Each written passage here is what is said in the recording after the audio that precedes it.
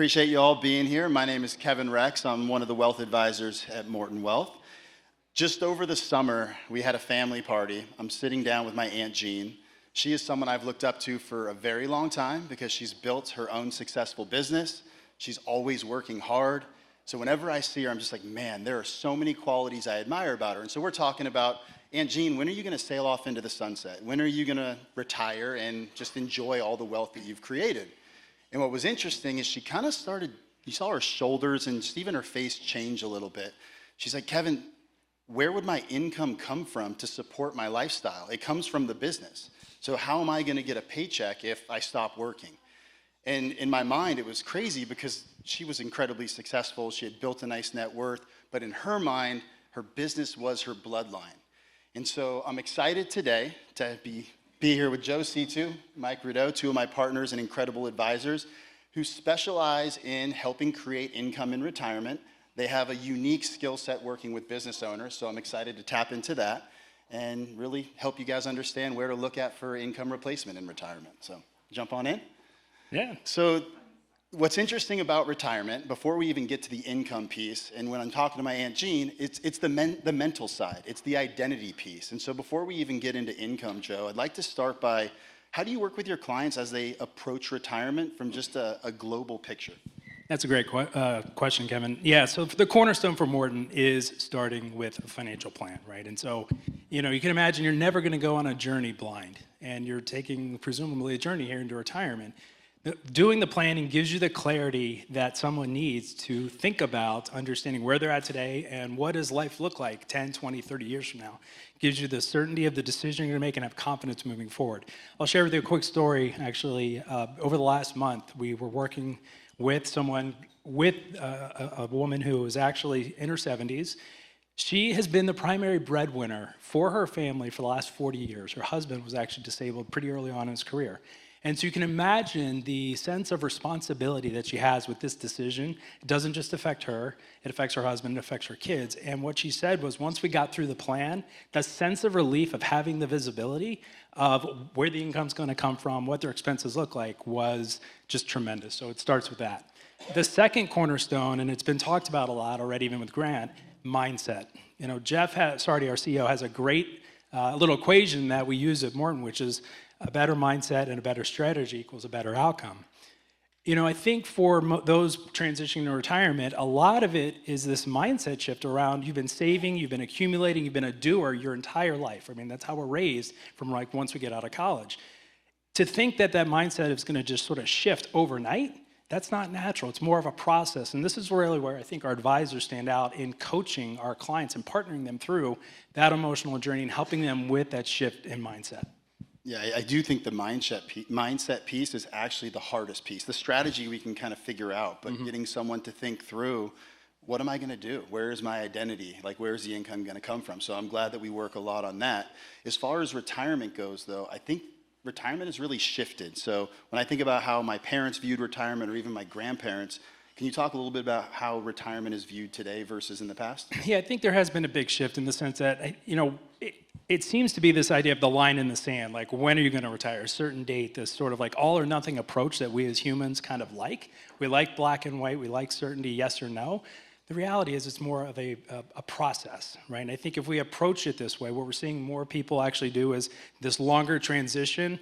Maybe instead of working 40, 50 hours a week, they're cutting back to 20 with the same company. Maybe they're doing consulting, maybe they're doing part-time work with another business, but approaching it more in this stair-step process seems to be more of what we're seeing consistently with the clients we're working with.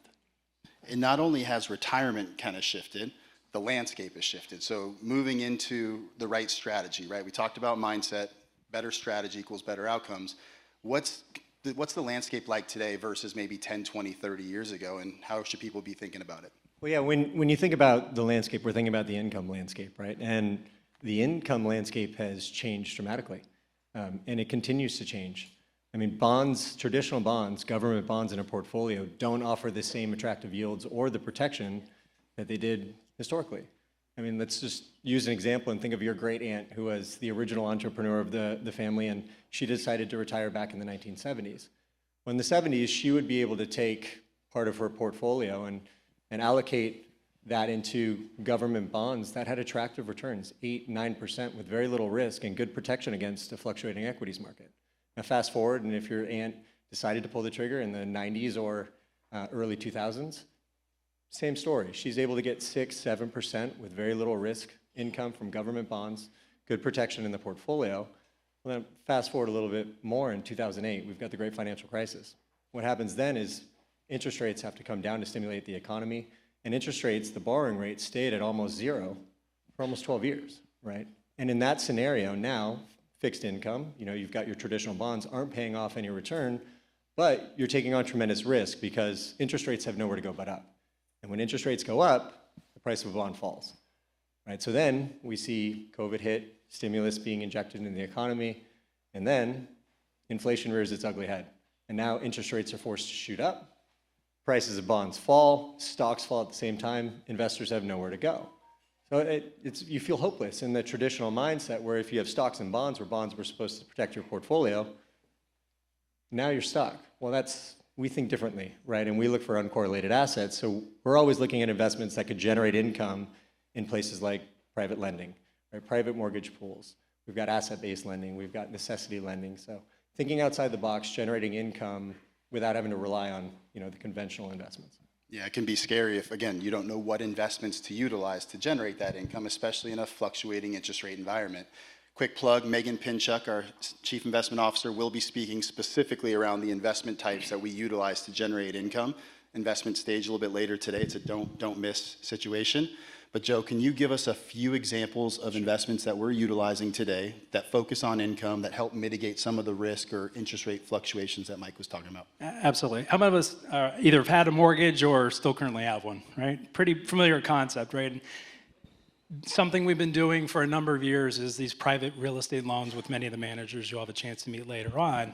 Why do we make those payments on a regular basis, right? Because we know we want to make sure we stay in our home, have the utility value of our house, and not lose the equity we've built up. Similarly, if we're the bank, which essentially we are collectively, if we're providing the capital for those loans, I'll give you a very specific example. One of our managers shared with me recently where they provided a loan on a short-term basis, 12 months, to a gentleman who had a net worth of north of $100 million, 9-figure net worth. He was buying 3 educational properties, or 3 properties that were leased to the tenant, which was a business that was an early education platform. Education tends to be pretty resilient as a business. It continually is getting funding. And the term of the loan, again, 12 months at 12%. Right? So when we think about how we're hedging inflation, that rate is substantially enough to cover our inflation risk. The loan to value, right? If it's a $10 million loan, was at about $16 million in value, about a 60% loan to value. So the borrower had a lot of equity on the table that they would be foregoing if they ever default on this loan, and we're in first position. That's one of many examples of the kinds of loans that our managers are sourcing to put into the mortgage pools that, again, we feel are a little bit more resilient than just traditional bonds. On the, separately, what we call private diversified lending, you could think of business assets, machinery, equipment, inventory as the substitute for the real estate. So businesses are pledging those assets in many cases, or there may be businesses that are very cash flow positive and more necessity-based businesses like food, right? Is a particular industry that is not as sensitive in the economy. Our food, actually, how many of us here like salmon, by the way? Yeah? All right, almost all hands went up. Would you be surprised to know that the salmon market has tripled in value over the last 15 years? Tremendous growth. And so our food lending specialist structured a $40 million loan with this business that was growing. They needed to expand marketing, operations, in a very senior secured position.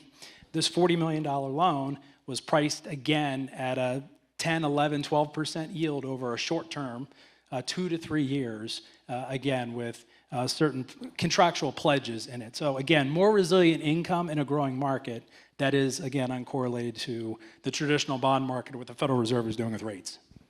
Yeah, I think salmon's in keto, Mediterranean, paleo. It's in every diet. Right. So it's a lot. And we all need to eat, right? And we all need to eat. It's essential. So we thought back to when COVID hit and everything seemed to be pretty correlated. We still needed milk, butter, blueberries, salmon. We still had to eat. And so it is a resilient marketplace and a nice way to diversify assets and diversify income.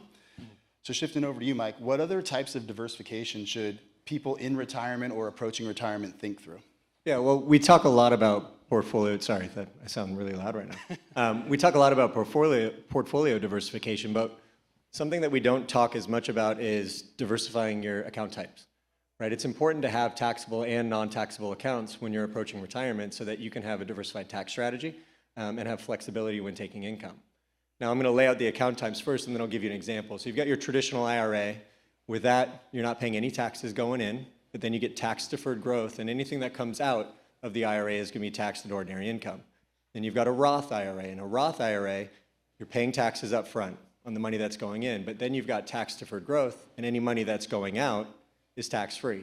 And you've got your traditional accounts, whether it's a trust or a TOD, and you're going to put after-tax dollars in there. You're going to establish a cost basis. Any growth on that is going to be either short-term or long-term capital gains, and any income that's generated is going to be recognized in that tax year, whether it's ordinary income or qualified dividends. And then there's another account that some could qualify for if they have a high-deductible plan called an HSA, which is the only triple tax benefit plan, where you're getting pre-tax dollars in, tax-deferred growth, and then no tax on the money on the way out as long as it's a qualified medical expense. So let's take your aunt as a business owner. Say she retires, but all of her money now is in an IRA because she's just stored away money going into her retirement plan, and she's now rolled into an IRA. Well, she needs $200,000 of income to maintain her lifestyle. Well, she's going to have to pull $300,000 out of that IRA every year, which is going to put her in higher tax brackets, and she's not going to have any options to really mitigate that tax strategy. And because she's in higher tax brackets, that can make more of her Social Security taxable, and it also can make her Medicare premiums go up. Now, take that same situation and add a Roth IRA and a TOD and an HSA. She could mitigate taxes by only taking enough out of that IRA to where she's still in the lower tax brackets. Maybe she takes $100,000, so she actually nets 60 out of that. And then she's taking some out of her HSA for medical expenses, and then she splits the difference between the Roth and the traditional account. So there's a lot more strategy that can be involved when you have a diversification of account types, just like when you have a diversified portfolio. Yeah, one of my favorite strategies, which is a diversified strategy and tax diversification, is using cash accumulation life insurance. So you have the stream protection plan where you put your money invested in the markets. You have a floor of 1%, so you never take losses. So you have that protection. You can use things like bank leveraging. That cash grows tax-free, and then it comes out tax-free. So trying to look at all the options to not only diversify the risk, but also diversify the tax risk is extremely important. So I'd be remiss if I didn't tap into your expertise and knowledge around business owners. As we know, business owners are complicated. We know that typically their business is their firstborn child. They've spent their whole lives building it. It's challenging to think about exiting a business, most importantly because they don't want to give up control, but then also, as we talked about, where does that income come from? Joe, can you talk about how you work with business owners specifically around planning for income as they get ready to grow and then exit their business? Yeah, for business owners in particular, it's challenging because there's so many moving parts. They've got the business, their own personal plan, and then their own life goals that they're trying to accomplish. But specifically, owners of businesses have 4 sort of unique levers that Mike and I talk about when they're thinking about transitioning out of their business. One is separating ownership from management. Next would be a rollover, or an earn-out, I should say, a seller note, and then lastly, an employment agreement or staying on as a consultant. So we'll talk about what I call separating ownership from management. When a founder starts a business, right, they are wearing literally every hat. They started the business, they're the visionary, they're the operator. They've conflated all these roles because they're literally doing it all. And so when it comes time to step away, the idea of actually handing over the reins, they can still own the business, right, the ownership piece, but actually having someone manage the business on a day-to-day basis feels foreign to them. And Mike actually and I worked with 2 clients over the last 6 months where one, we helped him elevate the owner, an internal employee, to the level of the CEO. And in another, we actually went out to the market and found an operator who was specifically to that industry knowledge for him, the owner, to bring in to actually operate the business. Now, the benefit is the owner continues to maintain the dividend and the cash flow right into retirement. They still have an upside if they decide to sell in the future. It does add a layer of complexity because this is something new they've never gone through before. So there are some pros and cons to that. Mike, do you want to talk a little bit about the earn-out structure? Yeah, so an earn-out's another opportunity for a business owner, and that's a sales structure where part of the sale of the business is actually dependent on the performance of the business after the sale. So I'll give you an example. Let's pretend, Kevin, that you and Nicole own an insurance business. And you guys are thinking about selling that insurance business for $10 million because that's the valuation that you got. But from the comprehensive financial planning that you guys did at Morton Wealth with your amazing financial planners, you realize that you only need $7 million to sail off into the sunset and live the life that you want to live. Well, one of the ways that you could then sell that business is put it for sale and take that $7 million up front and then have a $3 million earnout.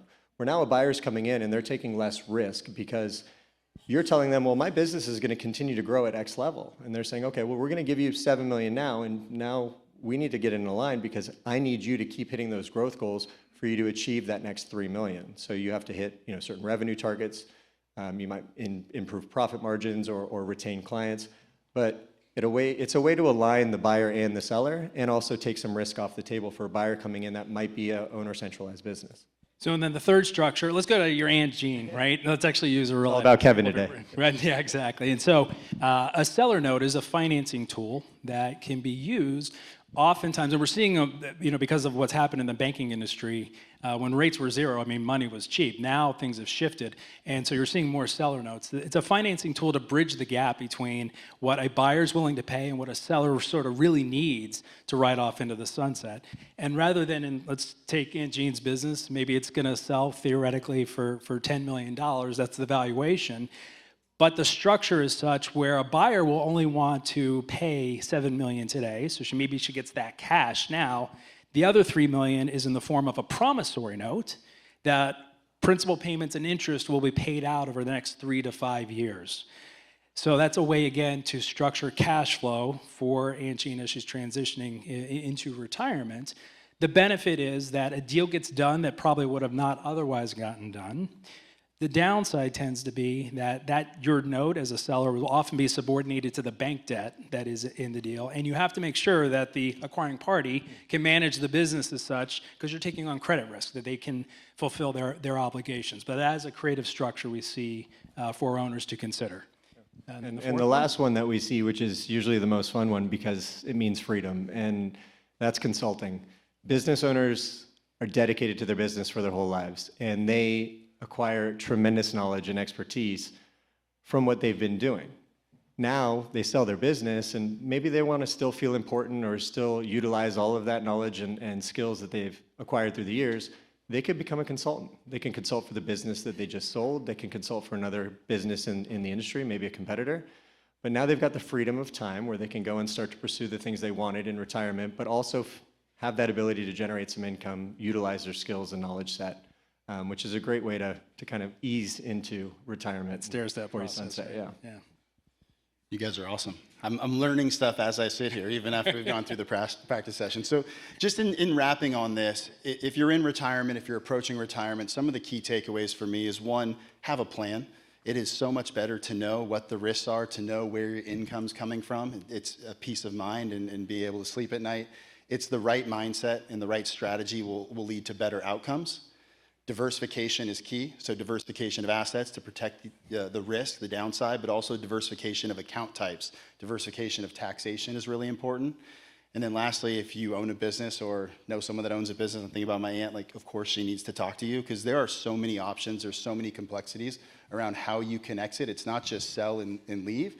The consulting thing is incredible because it gives you peace of mind, it gives you identity, it kind of works with both those pieces. And it's such an underserved market, right? I think that's one of the things we're passionate about at Morton is the fact that, right, the industry at large, generally speaking, is looking to manage liquid assets, and we do a phenomenal job at that, but most owners pour their heart and soul into the business. It represents the lion's share of their net worth, and yet they're oftentimes not getting the help they need ahead of the transaction, and it's something we're passionate about changing.